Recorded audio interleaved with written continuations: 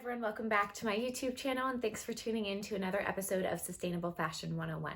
Today's episode is going to focus on greenwashing and also what I do to determine if a brand is sustainable and therefore something that I want to shop. For those of you who are new, welcome. My name is Jessica, also known as Chicprofessor on Instagram, and I make videos on luxury goods, sustainable fashion, and workwear. So let's go ahead and get started with that definition of greenwashing. I teach at a fashion business school, and when I bring up sustainability, a ton of my students say, sustainability, that's just like a marketing ploy. It doesn't actually mean anything. That's just what people are saying right now to sell things. And they're not wrong in that sustainability is a current trend. And although a lot of them haven't heard the term before, what they're talking about is greenwashing. So Merriam-Webster defines greenwashing as the expression of environmentalist concerns, especially as a cover for products, policies, or activities. And that cover is really important because it's not just we're doing green marketing. It's not that we're just showing you all of these things that we care about from a green or environmental perspective or sustainable ethical perspective, but actually it's to cover up policies that maybe are not as good as they seem. For example, if a company says something like, well, now instead of using 20% cotton in our products, we're using 20% organic cotton. But actually they're still producing things in a mass-produced way that don't really last and then ultimately end up in a landfill with a whole bunch of other ingredients that don't biodegrade. Is that really green? Is that really sustainable? No, because sustainable garments are built to last.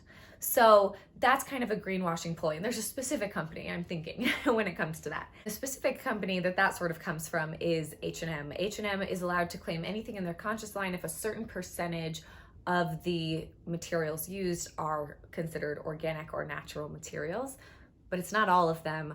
And they're still one of the worst companies in terms of fast fashion.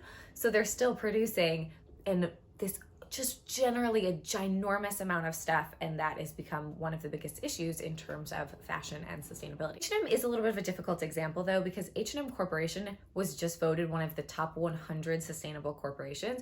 So even though they are a huge contributor to this issue, they are making some changes in terms of their production, in terms of their initiatives. They have a lot of goals that are sustainable that are happening probably a little too late to the game, but they're an interesting corporation in terms of that because it is kind of a wishy-washy sort of thing.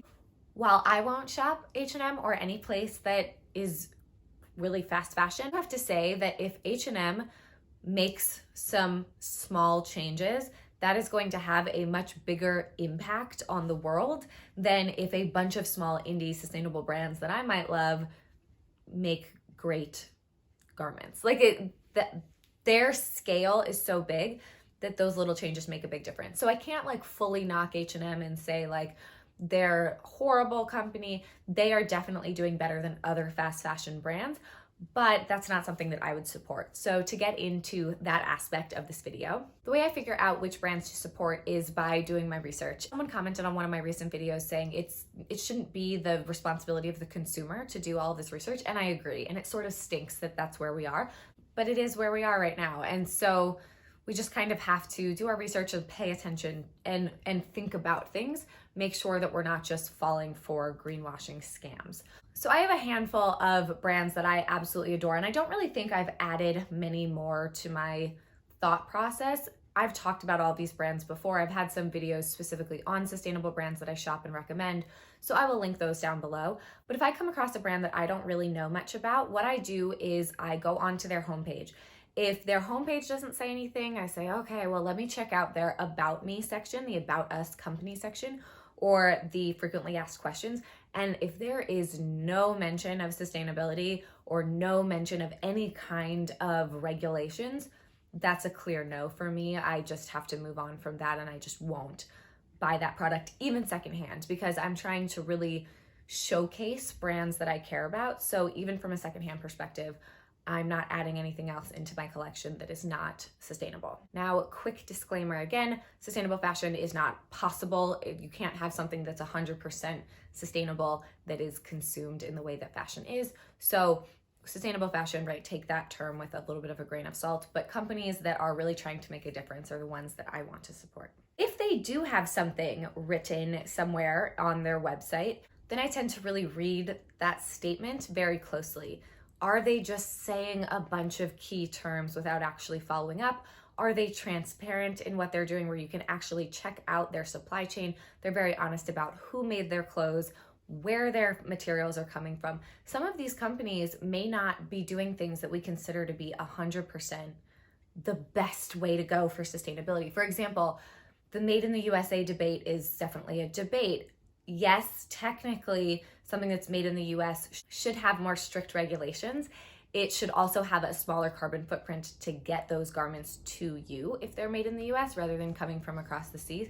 However, there are companies all around the world who are doing really sustainable things, so they don't have to just be made in the USA. Some companies that I love will make some of their silk garments in China because that's where silk comes from, and that's okay. You just have to think about what's out there and make sure that it actually makes sense, that things are following through, that maybe some of the creators or owners have done interviews or have participated in panels who are showing some kind of real effort when it comes to sustainability, not just through marketing, not just through showing an earth or a flower or a tree or using green type print on their websites. Sustainability is not only environmental, it's also ethical. And so it's really important to look at all aspects of a company's creation and production. There will be products that come out in materials, we just talked about materials, in materials that might not be sustainable, but those are pieces that are built to last for a really long time. Sometimes that's the more sustainable alternative. So you need to make the right decisions for you. And one of the biggest pet peeves I have is that people will criticize someone for trying to take sustainable steps because they're not doing it perfectly. What does that even mean? What is perfect? The small steps that you do, each of those really contribute. So keep doing you, keep figuring out what works best for you. I think being really mindful about what we already own, what is actually going to fill some gaps in our wardrobe, what's actually going to get worn, and then figuring out the education of where these things are coming from. If you don't know, or you feel like there's a company that you really want something, but you know that maybe you don't want to support that company and vote with your money, which is a really important thing that we do all the time as consumers. If you are unsure, then going the secondhand pre-loved route already has an aspect of sustainability in it, and it is just continuing the life of those garments. So definitely not the worst option to do. I hope that this video was helpful, and I'm curious if you can think of any specific aspects of greenwashing or things that you look for when you are buying from some new brands. Thank you all so much for watching. I hope that you enjoyed this discussion. The next little segment, what we're kind of going to end on, is a look at a ton of different luxury and designer brands and how sustainable each of those are. So if you have specific ones that you want me to talk about, please do leave those down below. I have a running list from Instagram, but if you weren't able to contribute to that, I definitely want to know what you want to see. Thank you all again for watching. I hope you have a wonderful day, and I will see you in my next video. Bye.